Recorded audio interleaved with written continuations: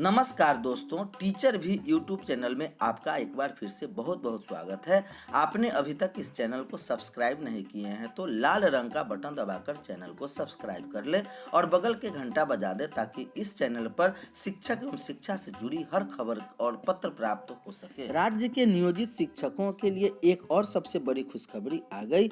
जनवरी दिसंबर महीने के वेतन के साथ एक और मिली खुशखबरी नियोजित शिक्षकों के।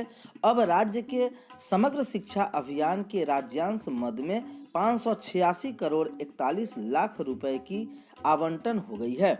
इससे प्रारंभिक विद्यालय एवं उत्क्रमित माध्यमिक विद्यालयों के समग्र शिक्षा अभियान के पदों पर कार्यरत लाखों शिक्षकों का वेतन भुगतान होने की संभावना जग गई है। ऐसे में शिक्षकों की संख्या तकरीबन 2.25 लाख है। इनमें से 2,67,000 प्रारंभिक शिक्षक हैं, जिसमें समग्र शिक्षा अभियान के तहत राशि जारी करने को लेकर शिक्षा विभाग के महालेखाकार को पत्र भेज दिया गया है। समग्र शिक्षा अभियान केंद्र प्रायोजित योजना के जिसमें केंद्र के राज्य की हिस्सेदारी 60-40 है। दूसरी बड़ी खबर आ रही है, डीपीई योग्यताधारी शिक्षकों के लिए उठी आवाज। राज्य के प्रारंभिक विद्यालयों में प्रधान शिक्षकों की नियुक्ति के लिए होने वाली परीक्षा में डीपीई सहित सभी तरह के प्रशिक्षित शिक्षकों को बैठने की अनुमति देने की मांग सरकार से बिहार पंचायत नगर प्रारंभिक शिक्षक संघ ने कर दी है।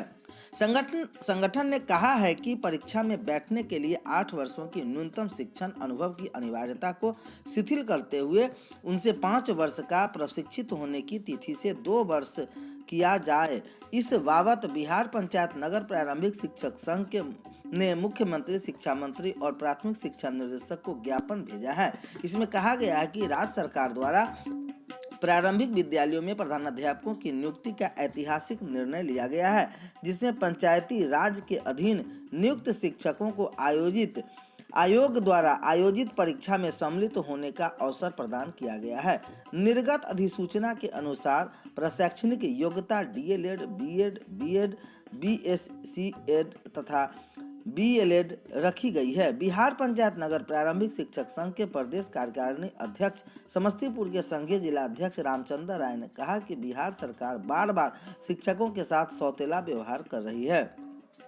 इग्नू के माध्यम से 2007, 9, 8, 10, 9, 11 और 10-12 में लगभग 2 लाख शिक्षकों को डीपीई सेवाकालीन प्रशिक्षण दिलाया गया, जिसे एनसीटीई की मान्यता भी थी। लेकिन डीपीई की मान्यता प्रधान शिक्षक की नियुक्ति में नहीं दिए जाने से कुल 3.5 लाख पंचायती राज के अधीन नियुक्त शिक्षकों में से लगभग 2 लाख शिक्षक प्रधान शिक्षक की परीक्षा में बैठने के वंचित रह गए हैं।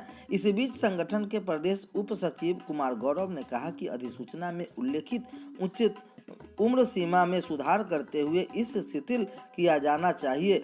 इसके साथ ही कंडिका 16 में प्रधान शिक्षक के लिए स्पष्ट पे स्केल का उल्लेख रूप से किया जाना चाहिए। दूसरी खबर इस वक्त सबसे बड़ी खबर आ रही है, जहां स्कूल कॉलेजों के दफ्तरों में 50% ही उपस्थिति। राज्य के सभी सरकारी एवं निजी विद्यालयों, महाविद्यालयों, विश्वविद्यालयों एवं कोचिंग संस्थानों की कक्षाएं 21 जनवरी तक बंद है, लेकिन उनके दफ्तरों में शिक्षकों और कर्मचारियों की 50% उपस्थिति होगी। सचिव असंकवा चुआआव की ओर से शुक्रवार को यह आदेश सभी कुलपतियों एवं जिलाधिकारियों को जारी कर दिया गया है। रद्द की गई 12वीं की इम्प्रूवमेंट परीक्षा के अंक को अंतिम मानने की तिथि। सुप्रीम कोर्ट ने सीबीएसई की मूल्यांकन नीति पर की सुनवाई। कहा, सुप्रीम कोर्ट ने शुक्रवार को केंद्रीय माध्यमिक शिक्षा बोर्ड सीबीएसई की पिछले साल जून की मूल्यांकन तिथि में निर्धारित उस शर्त को रद्द कर दिया गया, जिसके मुताबिक 12वीं के छात्रों के लिए बाद में हुई इम्प्रूवमेंट परीक्षा में हासिल अंकों को ही अंतिम माना जाएगा।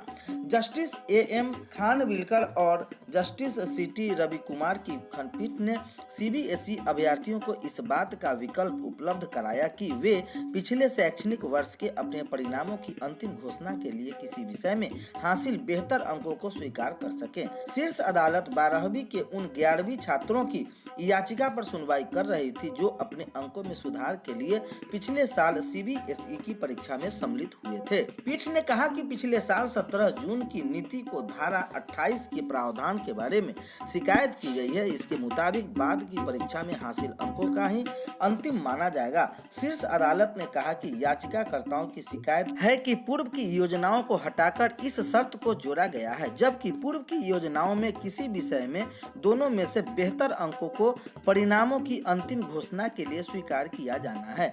सीबीएसई ने इस शर्त को हटाने का कोई न्यायोचित कारण भी नहीं बताया। पिछले साल कोरोना महामारी की वजह से 12वीं की बोर्ड परीक्षाएं रद्द कर दी गई थी। पीठ ने याचिका का निपटारा करते हुए कहा कि छात्रों के समक्ष चुनौतीपूर्ण स्थिति की वजह से इस नीति को अपनाने की जरूरत पड़ी थी और वह अपने आप में छात्रों से ज्यादा अनुकूल प्रावधानों को बनाने का न्यायोचित किया था। अब पाटलिपुत्र में 2 सत्रों लेगी अस्थायी संबद्धता। की गई 6 को अनुकंपा नौकरी की अनुशंसा। इसमें सिंडिकेट में 6 लोगों को अनुकंपा पर नियुक्ति की अनुशंसा की गई। इसके पिता पाटलिपुत्र विश्वविद्यालय के शिक्षक या शिक्षेतर कर्मी थे और कोरोना काल में उनका निधन हो गया। बैठक में प्रोफेसर नरेंद्र कुमार सिंह, प्रतिभा सिंह, राज्यपाल द्वारा नामित सदस्य professor Deepika Gautam, DSW professor AK Nag, AN college के प्राचार्य प्रोफेसर शशि प्रताप शाही, DN वाणिज्य PK शर्मा, CDCC प्रोफेसर मणि कला, कुल सचिव व जितेंद्र कुमार वहां मुख्य रूप से मौजूद थे। अगली खबर आ रही है मुजफ्फरपुर से, जहां छात्र की पीट कर हत्या, साथी को गले में गोली मारी। LS कॉलेज से सटे अबकारी थाने के पास सड़क पर शुक्रवार को शाम मारीपुर के एक छात्र की पीट कर हत्या कर दी। वही दूसरे दोस्त की गर्दन में गोली मार दी गई। उसकी भी गंभीर स्थिति है। मृतक मारीपुर के पावर हाउस चौक का मोहम्मद यासिर अरफात उर्फ यूसु था। वह ग्रेजुएशन के 2nd ईयर का छात्र था। उसका दोस्त मोहम्मद रेहान भी मारीपुर का रहने वाला है। उसे बैरिया स्थित निजी नर्सिंग होम में भर्ती कराया गया है। मामले में पुलिस ने LS कॉलेज के उत्कर्ष नामक एक छात्र को गिरफ्तार किया है। पुलिस की प्रारंभिक छानबीन में घटना का कारण प्रेम प्रसंग बताया जा रहा है। 3 राउंड फायरिंग हुई। फायरिंग के पहले दोनों पक्षों के बीच जमकर मारपीट हुआ। प्रारंभिक छानबीन के आधार पर पुलिस ने आशंका जताई कि वारदात के पीछे प्रेम प्रसंग हो सकता है। यासिर का किसी छात्रा से प्रेम प्रसंग चल रहा था। ड्यूक हॉस्टल के कुछ छात्र इसका विरोध कर रहे थे। आरोपित को तलाश में SSP जयकांत ने पुलिस टीम के साथ देर शाम ड्यूक हॉस्टल में छापेमारी की। हालांकि पुलिस अभी तक इस मामले में मृतक के परिजन और घायल रेहान का बयान दर्ज नहीं करा सकी है। नगर DSP रामनरेश पासवान ने घायल प्रारंभिक पूछताछ की। इसके आधार पर पुलिस आगे की कार्रवाई कर रही है। मृतक यासिर की बहन सम्मुख प्रवीण ने बताया कि उसका भाई शाम 4 बजे घूमने के लिए अपने दोस्त रेहान के साथ घर से निकला था। 5 बजे फोन पर घटना की सूचना मिली। घटना का कारण क्या था कि किसी से क्या दुश्मनी थी, यह सम्मुख नहीं बता पाई। SSP जयकांत ने बताया कि LS कॉलेज से उत्कर्ष नामक एक छात्र को गिरफ्तार किया गया है। वैशाली के रविकेश व एक अन्य छात्र गोलू